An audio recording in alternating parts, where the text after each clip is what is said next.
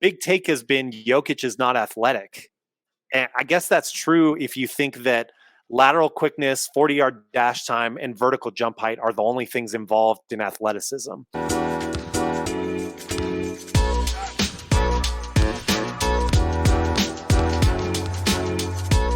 Welcome to In the Lab with Hoopsology. My name is Matt Thomas. I'm joined by my best friend and co-host, Justin Goodrum. Justin, how you doing, man? Doing really good. A lot of people partying last night, fireworks going off. Unfortunately, some violence in downtown Denver. Luckily, we're pretty far away from that, but doing pretty solid. How about yourself? Yeah, I was going to ask if you got any sleep after last night. I'm doing great, thanks. Feels kind of weird. Always kind of feels this way after covering the league all season long. It just kind of feels very abrupt, like we hit the emergency brake or something, and now all of a sudden the season is over. But it was a great season, great playoff run. So excited to dive into that with you today, as well as look on to some early predictions for next year too. We'll touch on that a tiny bit. Of course, we want to talk about Nuggets and Heats, the Miami Heat. And I should mention, we are going to be looking at some odds from Vegas. As you all know, if you've tuned into In the Lab, it helps to get Vegas's perspective on what's going on in the league. And so we're going to do that today. We'll be using bovadasportsbook.com. So let's dive into it. The Nuggets. Wow, what a playoff run. So just to recap it real quick, last time you and I talked, Justin, the series was 1-1. We felt good about the Nuggets' chances still. We had both predicted Nuggets in 5. I felt pretty good they were still going to win. I wasn't 100% confident that it was going to be in 5 games, the gentleman's sweep, as they say. But they get it done. They go on a rampage on the road in Miami. Don't let the Heat have anything, though the Heat certainly tried, to their credit, and they made those games ugly and hard fought. And I mean that in as a compliment. Then they go home and take care of business, as you all well know by now, in Denver for Game 5. Recapping their entire playoff run here, they go 16-4 overall. They only have the one loss at home, which was in Game 2 of those finals. They beat the Timberwolves in the first round in 5 games. They beat the Suns in the next round in 6 games. That was really the closest series that they had all playoffs long, because then they swept the Los Angeles Lakers in 4 games. And then, as we just mentioned, defeat the Miami Heat in 5 games. So again, one quick recap, one simple way to put it. They go through KD, they go through LeBron and the Lakers, and they go through Heat culture and Jimmy Buckets and get the win. Justin, just give me your initial thoughts. How impressed are you with this team? Oh, really impressed. I think if you're a long-term Nuggets fan, I mean, the Nuggets have been kind of linked to our podcast, don't you think? I mean, just because sure. we launched and They're talking definitely to both our side teams, I think. Yeah, I would say so. No, it's true. And just to see this team finally be healthy and finally see their full potential, I think this is not a surprise. And it's cool to see ratings-wise that fans also felt that way as well. They didn't tune out because no LeBron, no KD, no big stars. The ratings held strong, so I think that's a massive positive. It's great for this community. I think it was, despite the unsafe stuff going on, I hate to see that. It was cool to see a lot of people out last night and hearing just the fireworks go off. I live in Littleton, Colorado, so that's, I don't know, about 20 minutes away from Denver or so, and there's fireworks going off on here. So, I've been guilty of bashing the fans of Denver, I'm not going to lie, in terms of just their support, but just, they showed out last night, and I think it was really impressive them showing their support for this team. And then really, and on the court wise, I think it's important to really respect this team in terms of their dominance. I mean, you're right, Matt. I mean, going through, KD, LeBron, a veteran Heat team that has a lot of experience, that's something not to take very lightly. And I think they're going to be remembered. History will probably reflect on them more fondly, as the years go on. So overall, it's just cool to see. I don't have any overwhelming feelings in terms of like they're like this, new super dynasty. But I do think this is awesome for the league in terms of this is another squad that built in the draft. This is not Mm, a situation where they got free agents or wanted to put together a super team. Very similar to the Golden State Warriors, a little, yeah, similar to the Raptors, from other than Kawhi Leonard, in terms of those other core players of that team. I think we've seen in recent years. I mean, the Bucks, with Giannis, I think it pays to draft well. You oh, draft sure. well, you win. I think Easier said than instead of done. Yeah. yeah, but I think overall, when you try to trade away your future and just try to win now, that can prove to be detrimental as well. Sure. So I think even look at the Heat, right? Besides Jimmy Butler, look at Tyler Hero and Bam Adebayo. I mean, Hero was hurt, but in terms of how he's affected his team overall, those are huge quality draft picks. So I think JJ Redick was correct. I don't think the draft doesn't really get its due unless it's some kind of generational talent. But we've seen it even with my Bulls back in the day. They built through the draft and they were successful in the playoffs.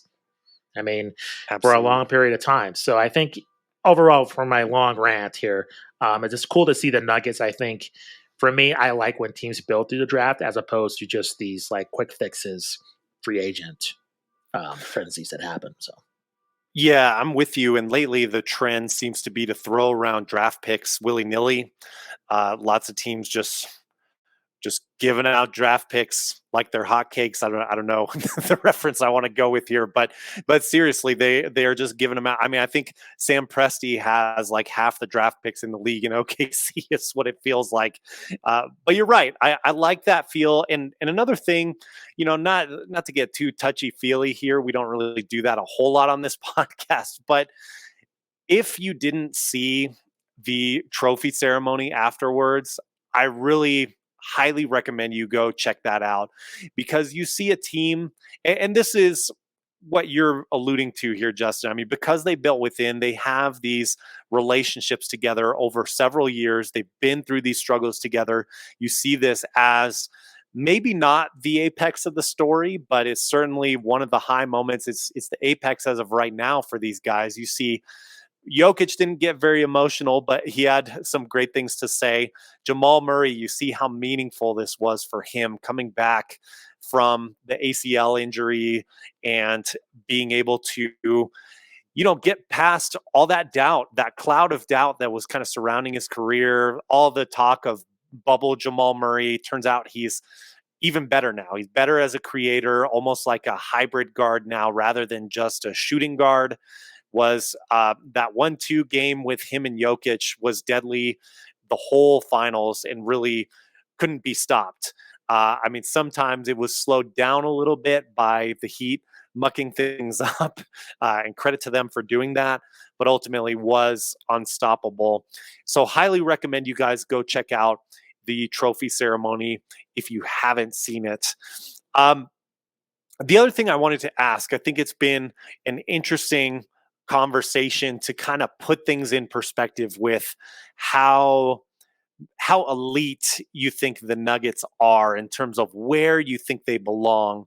And I have the last several NBA champions pulled up, and I just want to, for frame of reference, kind of tell you where I think the Nuggets are, and then I want your thoughts on it too.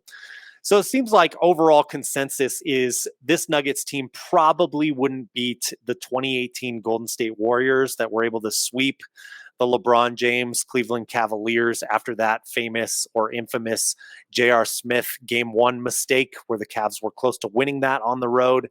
And then the wheels fell off after that.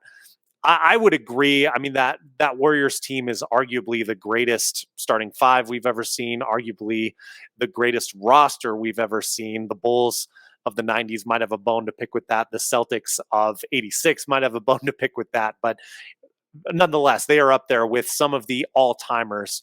2019 Raptors had Kawhi Leonard as kind of his mercenary year, winning the title there for them in his lone season as a Raptor.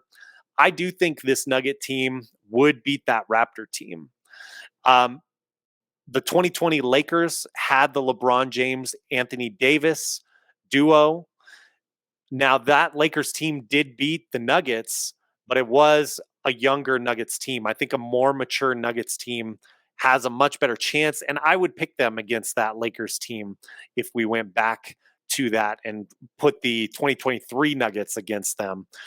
The 2021 Bucks, this is the one I think I struggled the most with of the last 5 champions on the list, Justin. I have this pretty much dead even going to a game 7. Giannis full-on Greek freak mode that postseason.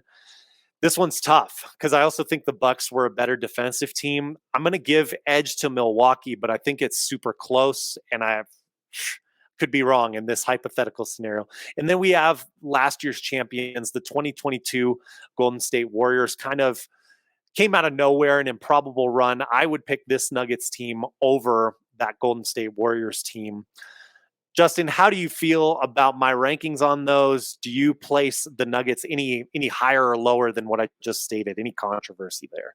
Yeah, I don't think so. This is always tough because, you're dealing with a lot of like hypothetical scenarios, injuries. So I always struggle with this question. But, I concur. I think they're on the higher echelon of, recent NBA title winners. I think, looking at the framework of these other teams, it seems like they're more set for the future compared to the recent winners. So, like, if we're just dealing with just the Raptors on, because I think before, you take a look at the Warriors, that's a dynasty, from 2015 to 2018. And then I think you see the league take a shift in terms of, I would dare to say, of all these teams, none of them are like these. I guess you can classify the Lakers, I guess, as a super team, kind of, just with Anthony Davis and LeBron, but even then, probably not. So I guess my point is that I think you've seen a shift in the league in terms of this building a quality team and not having, we need like 5 superstars. Like you can have a key superstar and have, a couple of B players and a couple of complementary players. No one really talks about it, but Aaron Gordon is incredible with the Nuggets. He is awesome on that squad. He doesn't get his due. And I think it's him being a centerpiece of the Magic and him moving to Denver, you see him mature. So to answer your question, I concur. I pretty much agree with what you're saying. I'm trying to think. It's a good point you mentioned that the other teams I mentioned, aside from the Milwaukee Bucks, are kind of built as like the star-studded teams, like let's piece together those stars and then just put stuff around them. Yeah. The Warriors, of course, they started organically through the draft and everything, and there were some of those core pieces left there, last year. Yeah. But I think you're right, and I think it's a smarter team structure to build it the way that the Nuggets have. By the way, the Nuggets on Bovada, speaking of dynasty talk, which I do want to talk about contracts and how this team is looking, they are the favorites at plus 475. If you're really a huge Jokic believer, actually, it's probably not the time to bet on them since they're the odds-on favorites to repeat next year. But Vegas is loving the Nuggets right now, and it's hard to blame them. When you look at how this roster is constructed, you alluded to it just now, Justin, so I want to go ahead and bring it up. Really, the main piece, when you look at how contracts are broken out for the Nuggets, the main piece that they're losing from this year's title team, if he opts out of his player's contract, is Bruce Brown. And that's it. Gordon's coming back. Porter Jr.'s coming back. Jamal Murray's coming back. And, of course, Jokic is coming back as well. So the future is bright for this team if they can stay healthy. And I think that is the big if. Ages on this team, Gordon, who I thought was a little bit older for some reason, he's only 27. Oh, wow. Okay. MPJ, 24, young cat. Jamal Murray, 26, and Jokic is 28. So all guys that are either in their prime or coming into their prime. I don't think Jamal Murray's in his prime just yet. So yes, they could get even better. So when we talk about dynasty potential, and you have Jokic locked up through the 2027-28 season, I do think there is huge potential here. And it's interesting with the salary cap changes coming, and some of these guys, like MPJ, is locked in through 2026, 27. We'll see if he can stay healthy, of course. Jamal Murray is locked in through 2024, 25. $35 million or 36 million in Jamal Murray's case in that season won't look as bad as it sounds right now. So they may have even a little bit more cap space to deal with and to utilize by the time we get to that point. Now, salary cap rules have gotten crazy strict. So every team is going to have to be a little bit more careful and a little bit smarter with what they're doing. But the Nuggets are set up as well as any team out there, if not better than every single team in the league. So I do think with Jokic's abilities and the culture that he's built, along with that staff and organization in Denver, I do see them being multiple title contenders. I mean, I would be pretty surprised. I mean, right now, Justin, if you were to bet the Nuggets will win 2 titles, or I'm sorry, the Nuggets will win over or under 2.5 titles, where would you put that? This isn't a Bovada thing, but I would say probably over. Yeah, I think I would too. The way the league is set up, I mean, it's to a point that there's really not any dynasty teams. It's pretty wide open. True. And really only need one superstar to make it happen. And so I think we've seen lately a lot of these super teams not really come to fruition and it backfiring and, in bad fashion. So I think a lot of athletes, a lot of free agents, they may want to think about, do you want to team up with 2 other superstars with big egos? Or do you want to go to a place with a solid foundation where you're the missing piece?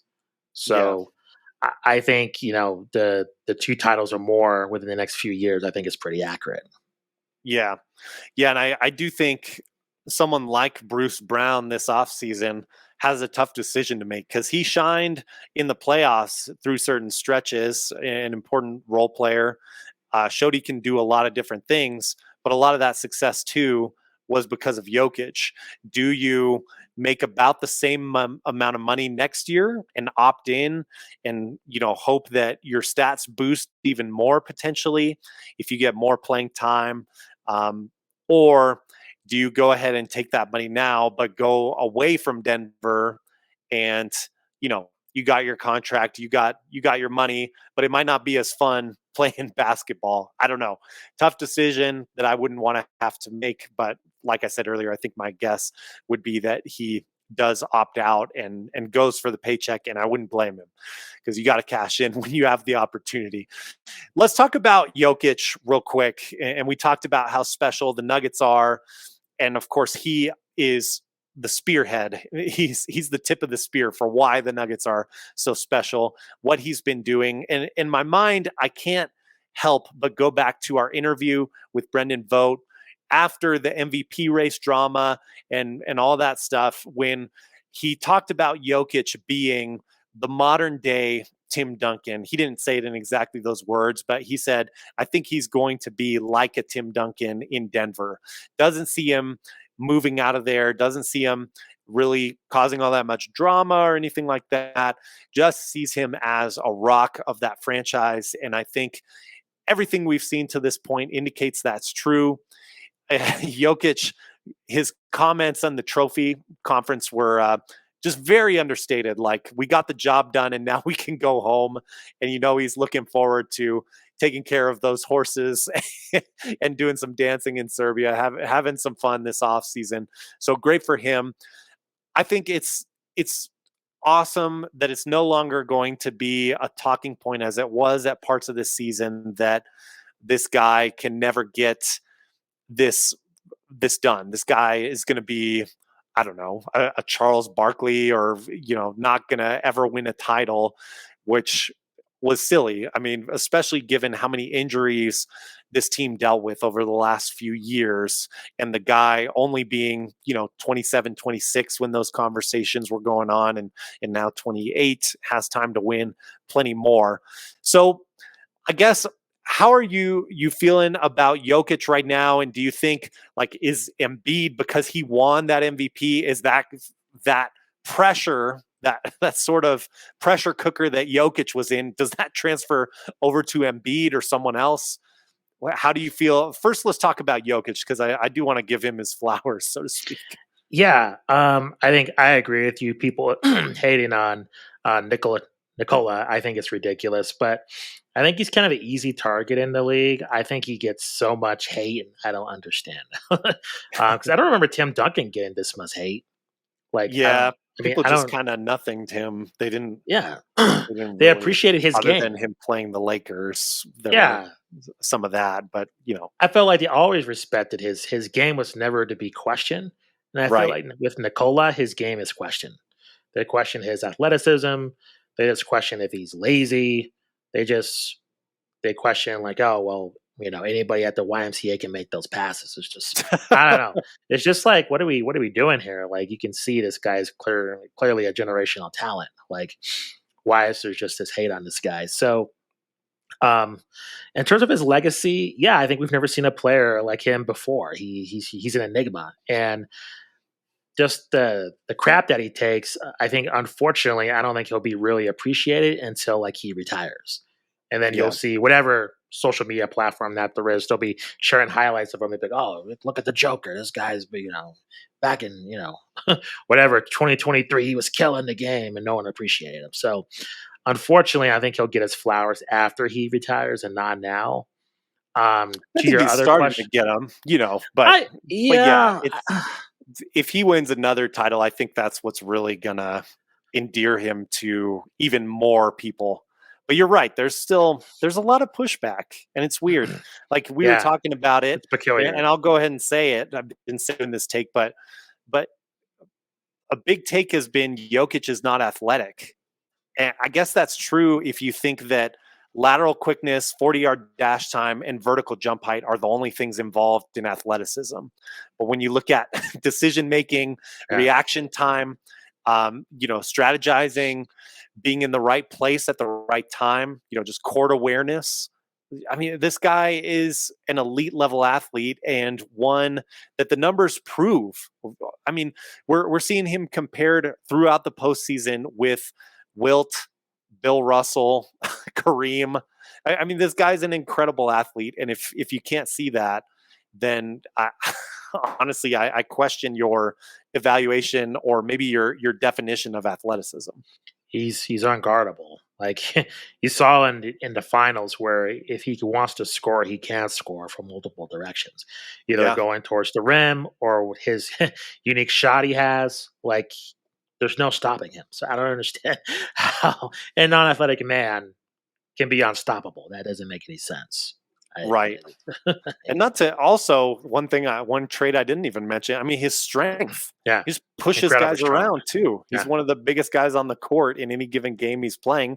Yeah, he's not going to push down like Joel Embiid, but Joel might be one of the few guys who can actually size up with him like yeah, that. no, it's true. Yeah, total agreement here. Another thought I have that occurred to me just through this playoffs run, and especially since in the past, Jokic had moments where he snapped, his temper got the better of him. We saw that when he played against Phoenix. We saw a couple unsavory exits like that where he was getting into shoving matches and was just very frustrated his team was getting bounced from the playoffs. I think was how he reacted to that. But nowadays, Jokic, I mean, his decision making is on point. He's so calculated. He knows what he's doing and he doesn't make mistakes. So it kind of makes me laugh. And I know obviously the reason his nickname is the Joker is because of his last name is Jokic. And so JOK, that transitions easily to the Joker. But if you think about it, if you're comparing him to the supervillain that everyone associates with that name, it's really not the greatest nickname for Jokic because of how like Joker is chaotic. He's like all of a sudden he's blowing up a building or like something crazy like that. Jokic not really like that. And he's also not. He might make you laugh, but he's not going to be the goofiest or loudest person if you want to go with like the Mark Hamill Joker. So I just think it's interesting that he may have this nickname that's just tied to his last name, and Americans being able to not have to say Jokic because the name itself doesn't really fit his personality. No, I agree. I mean, it's stuck, so that's kind of like, with nicknames. Unfortunately, you don't get to pick your nickname. So, unfortunately for him, he has that. So, and there's people dressing up as a Joker in support of him. I don't know if you saw that, but That's true. there's Yeah, a there couple of was a guy. Jokers in the crowd. So That's right. Yep. So the Bovada favorite Finals MVP does get his Finals MVP. No surprises there. Really, with those Vegas odds that we reviewed last time, I mean, part of the reason I was so confident the Nuggets were still going to win, other than the eyeball test, was also how confident Vegas was in it. I do want to touch on just very briefly here. I do think the Heat deserve a round of applause, and I want to go there if that's okay with you. So the Heat make an historic run. They're only the second 8 seed to get into the NBA Finals. They are right now, not heavily favored on Bovada. We've got them 12th place at plus 2,200 to be in the NBA Finals next year.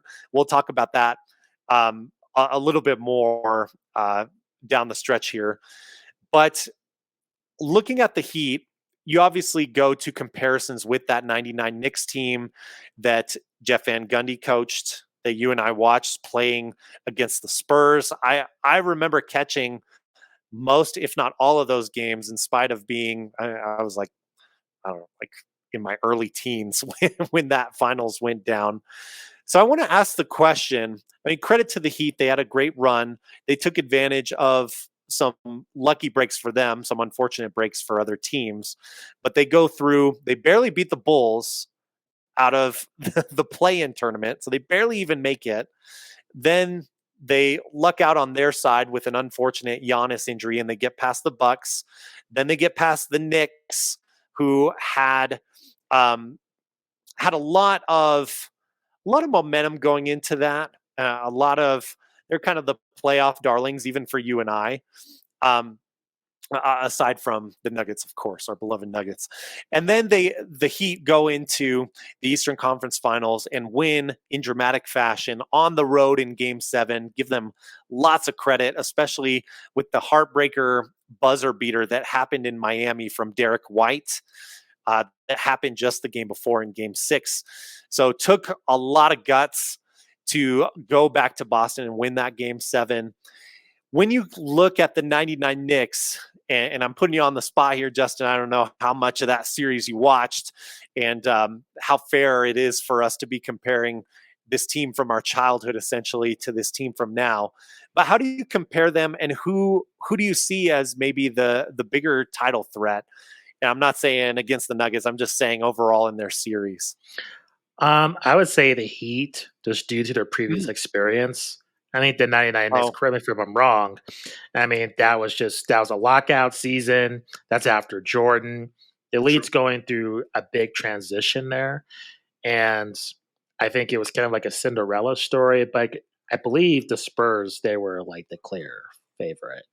And they also won that series in 5 games, much like the Nuggets won in 5 games.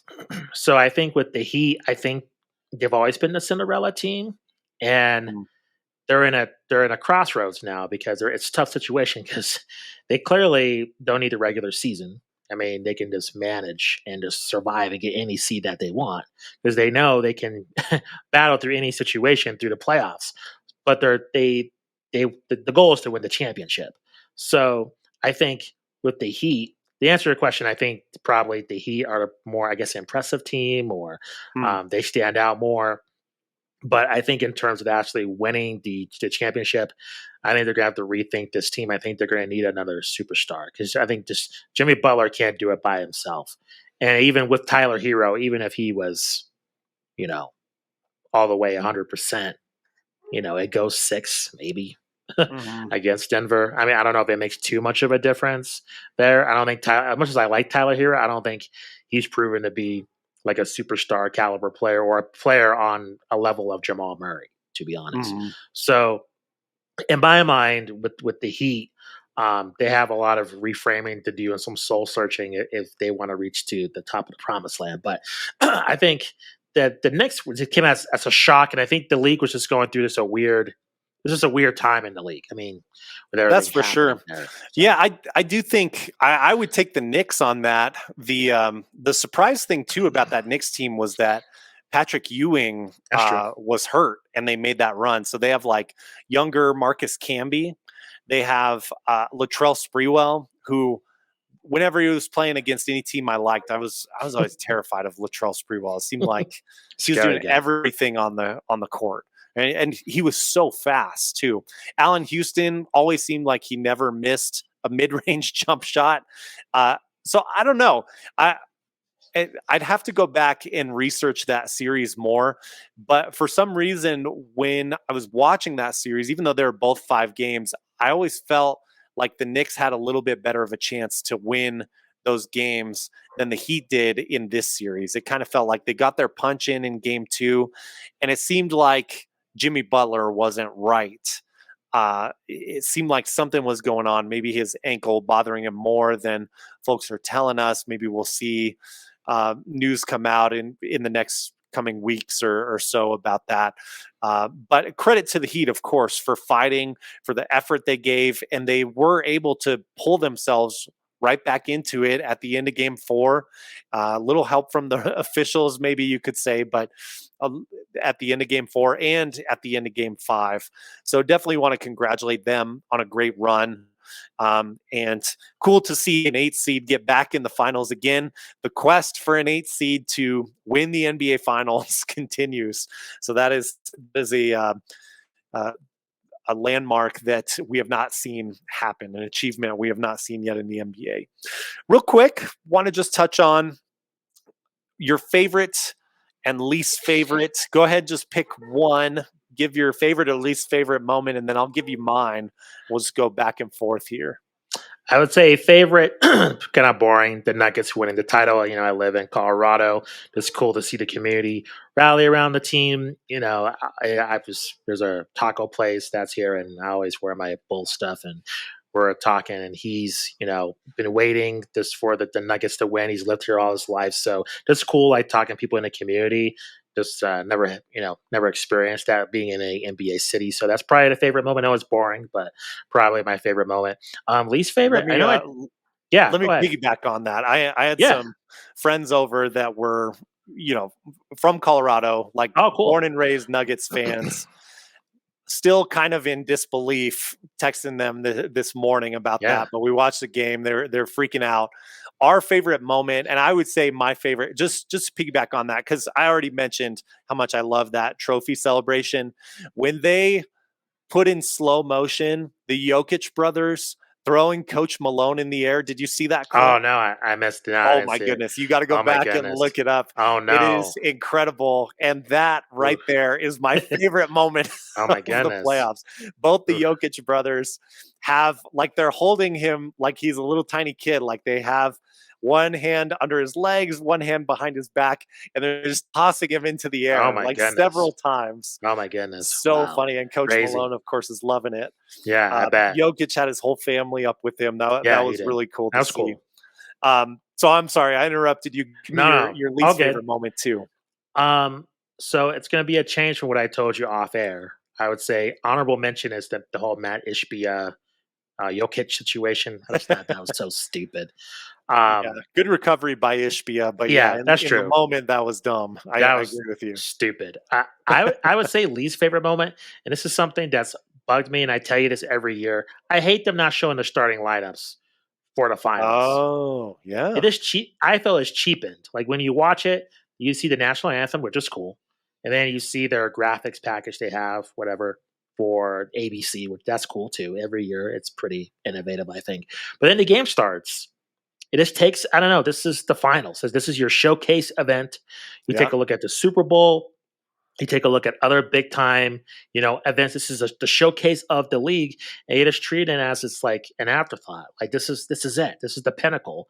And just to go to the starting lineups and just to see the names on just on the screen, I think cheapens it. I think this dampens. I know people be like, "What's the big deal? What's the starting lineups? Was how much minutes is that? 5 minutes?" But I think growing up, and maybe I'm biased. I'm being the old man on the lawn here, but that was huge. Seeing the starting lineups for the Bulls, seeing the starting lineups for other teams, that's a huge part of like getting you ready for the game. Seeing their mindset, seeing the crowd rally behind them and getting you hyped for the game. No, And you're you don't really see 100% that. correct. I would say, you see it in the Super Bowl. Now they really focus on the starting lineups, but I don't know. I don't know. It just seems like that's been a dropped aspect of NBA production, and it sucks to see. So I have to say, I don't like when they do that. I think it's truly unfortunate, and it's something that I think hurts the presentation of the league. In my opinion. 100% agree with you here. And also, how about seeing the players like shaking hands with the other team or not Yeah, shaking their yeah, hands when they're like lining up for the jump ball and stuff like agreed, that? Like, I want to see more of that stuff, that interaction. agreed. And the graphics can't replace the intros and focusing on the crowd that's there as well and the Yeah. noise that they're making. You're 100% right. Totally co-sign on this. My least favorite moment, I'm going to point to one moment to make a larger rant here, and I'll try not to go on for too long, but I believe it was in game 3 of the Western Conference Finals. I know for sure it was in LA, so game 3 or 4. LeBron flops, and this is not a LeBron dig because this is a league problem, not just a LeBron problem. LeBron flops across the court, knocks a fan's beer out of his hand, and gets himself together. He ends up drawing the foul call, but you see the replay and it's just shameful flopping. And it happened from time to time in this final series. I didn't want to touch on it too much because I did think for the most part it was ugly, competitive, hard-fought basketball that I like and that I want to see. But the NBA needs to do something about the flopping. A lot of people talking about this. I know I'm not the only one, but I really do think you need the ability to use that challenge if you want, or if the ref catches it in the moment, make this a technical foul. When they try to mess with the game like this, have it be something that has consequences, like accumulating and maybe leading to a suspension in one of the games of the playoffs.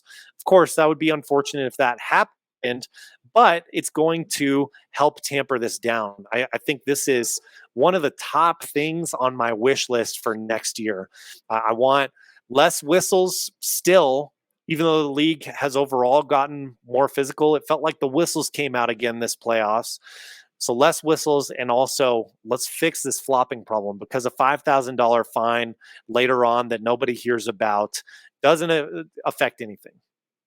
So 2 things to your point. Number one, funny enough, Adam Silver was on with Dan Patrick. Dan Patrick asked Adam Silver about this. He had some like harebrained ideas, but Adam Silver said in international competition they do, I think, give a technical for flopping, and I Yeah. think that the same thing should happen in the NBA. Yeah. So that's number one. And I don't know. He seemed pretty passive about it. Like, I don't know why that is. Flopping's been happening forever, so I don't know. I don't understand why this is not a big deal. And number two, I will bring up like my girlfriend. She not a sports fan, but one of the first things, us getting together, what she noticed was LeBron flopping. So Yeah. that tells you right there, from a non-sports fan, that is a horrible look for the league. That's And terrible. LeBron is so damn talented. Yeah, and So damn talented. So like yeah, when to your point, like when you're looking at highlights of players, yep, I don't know if you could find a highlight when you're in this GOAT conversation. And like you and I have both said, it's like it's razor thin yeah, when you're in this argument of all the players of all time. yeah. You look at a highlight in a Western Conference Finals of LeBron flying across the court like that when you're arguably, certainly historically, but arguably even in the moment, the best player on the court, and you see him do that. I don't know. It just takes away from the competitiveness. It makes you look like you don't have the same competitive drive, even though it is still gamesmanship and trying to gain an advantage. It's just a weak way to do it, and it just, the optics on it are terrible. Yeah, And I'm well, glad to hear that that your girlfriend noticed that too. yeah, you're exploiting a loophole. And then, Yeah, unfortunately, for newer fans, like that's what she thinks of LeBron. He's a flopper. I mean, and not like no Yeah. matter what I can tell her about, this you could do this and do that, he flops. Well, he And is a yeah, flopper. I mean, yeah, that's that is and factual. We it have the is. highlights now. No, totally. And I think it's unfortunate for the rest of the league too, because it just comes off, as cheap, you know. Yeah. And you don't have like compared to other sports where there's not like I think of combat sports and at the opposite, there's the opposite problem of like, if a fighter gets I don't know, hit illegally, they're really hurt, but they want to go on and they get finished because they're impaired by a fighter breaking the rules. So I think there's an opposite issue with some other sports where I think in team sports, you take a look at, soccer. I mean, they're notoriously famous for flopping, in that sport. So, and even in football, you see it in terms of there's a brawl or something and somebody barely touches the other guy, he just goes down like he just got, you know, hammered by the biggest thing ever. It's ridiculous, and I think it hurts the league. So I'm hoping, like you say, Matt, that Adam Silver addressed this. It seems like this is an easy thing to address. I don't know what's Yeah. taking so long. I Just don't snap your understand. fingers. Yeah, Everyone would be on board with this. yeah, pass the Score rule tons within. of points with the fans. Yeah, the players committee. I don't know why is there a delay. So Absolutely. Let's talk about next season quickly. We've been going for a while, but there are already odds out on Bovada on bets for the 2023-24 NBA champion. We already mentioned the Heat and the Nuggets. I went ahead and I peeked, Justin, in our outlook for next season is not great. And I find that interesting because I do feel like the Bulls could shift gears somehow next season, depending on how things play out. This was a very strange season for the Bulls. I do think they could get a better shake next year. Now, I'm not telling you get your hopes up for the title or anything, but they're in 21st right now at plus 8,000 not on Bovada. surprised. The Rockets, who I'm a little more bullish on the Rockets, given that they have Coach Udoka, given that I think they're going to bring in some veterans this offseason, and I think players want to play for him too. They're 25th at plus 15,000. Now, given they're one of the bottom two teams in the league, I guess that is an improvement by a few spots, but I could see them leapfrogging some of the other teams that are ahead of them. Looking at the list of odds here, and then if you have any other thoughts, of course, I want them too. Two things I want to point out that really jumped out at me in terms of teams that might be shifting and teams that might be out of place with what Vegas is looking at. And again, this is on Bovada.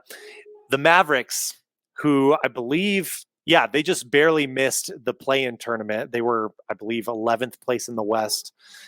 They kind of intentionally tanked to get out of the play-in tournament. They are in 6th place at plus 1,200. And of course, that's the Luka effect. And I guess not too much to be cautious about, at least as far as Vegas is concerned, with the Kyrie Irving situation and any sort of volatility there. Rumors of him leaving, I guess, have been greatly overstated, or maybe Vegas just knows something that we don't know, which is always a possibility. So that jumped out at me. The other one that surprised me too, even lower than the New Orleans Pelicans, actually tied with them, and lower than the Miami Heat, who I do think that roster is getting older. It's going to be tougher for them to make a similar run as this year. So I understand that. But in 14th place on the list out of all the NBA teams, the Sacramento Kings at plus 3,000 kind of jump off the sheet. Just such a young core that made such big steps this year. Vegas not seemingly buying the Kings at the moment. The Golden State Warriors, for example, the team that knocked them out, in spite of losing Bob Myers, which that seems like kind of a big deal, they are in 7th place at plus 1,200. Again, all these numbers on Bovada. Thoughts? I don't know if you have the list pulled up, Justin. If you're curious about any teams, I can tell you, but any thoughts or things jumping out to you? Yeah, I have some of the teams here. I think, like you mentioned at the beginning of the podcast, how the Boston Celtics they're the favorite on Bovada. That's crazy to me. Just due to their performance, just due to how they got hammered by the Heat. That's Mm, crazy. mhm. Like I just don't understand how you can have them as a clear favorite. But other than that, I think it's interesting how you have the Suns at plus 900 just due to their turmoil and what's going to happen with Chris Paul and just all the Yeah. rumors and everything circulating there. Other than that, I mean, the Clippers continue to get respect. That's a team that everybody says they're going to win the title, and it's just like, when is that going to happen? We've been saying that for how many years now? So, True. I think Vegas, pretty much favors superstars and just well-built teams, and any teams that are rising. I think they're not going to take that into account. I don't know. I think the Bulls are pretty hopeless. I mean, they Mm, already chatted about wanting to keep Vucevic, and with Lonzo Ball, I don't know. He may not even play basketball ever again, and they've yeah. already mortgaged their future in terms of their picks. So I don't. I mean, I like seeing DeMar DeRozan, so that's a plus. I mean, it's better than nothing. I mean, him and Zach LaVine. I mean, they like playing with each other, so I mean, it's better than just having just scrubs. I'll say that. But in terms of like being any kind of a threat, I don't really think so. So Mm, gotcha. Yeah. The other surprise to me, I'm with you, and for the record, I'm out on the Clippers. Like yeah, for me too. I don't know until we see some big roster changes. I wasn't in on the Clippers this year either. You can go check back to early episodes of the podcast if you don't believe me. I just have to see these guys on the court, and it's unfortunate. I like those guys, but I just can't buy that. A team that I think should potentially be above the Clippers. That also kind of surprises me. They're below the Grizzlies. They're below the Clippers.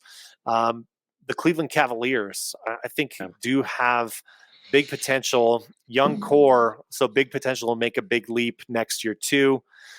I don't know if they're still bringing back Coach Bickerstaff. I hadn't heard of any changes there, so I think he is still the coach for next season. And who knows if they start out slow out of the gates, that could be a potential hot seat pretty quickly. Because I Yeah. think with the moves they made, expectations should be pretty high. Maybe not title hopes, but Eastern contender, I would say. So that's a situation to look for, I think. But very interesting list off of Bovada. And if you are nerding out like us and you already want to take a peek at what might happen and what to expect and what Vegas is thinking, that's always fun stuff to look at. Man, fun NBA season, Justin. I just want to say thank you for all the fun interviews, all the fun in the labs. But for you guys, the listeners, not to worry. We're not going anywhere. We do have a lot of stuff about this season that we still want to cover that we will be doing. We have some great interviews that we are going to be dropping. So stay tuned to our podcast feed, our YouTube channel, hoopsologypod@gmail.com.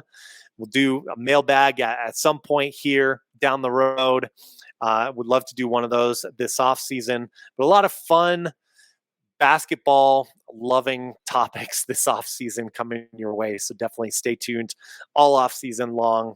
We'll be around. Anything else Yep. before we head out here, Justin? No, you covered it. And this past season, like you said, Matt, we were covering just the hot topics that were going down, but we also have a lot of evergreen interviews. There's a lot of authors, just play-by-play announcers, PA announcers. So go check that out in our archives. Absolutely. For Justin Goodrum, I'm Matt Thomas. This has been In the Lab with Hoopsology. Peace out. See ya.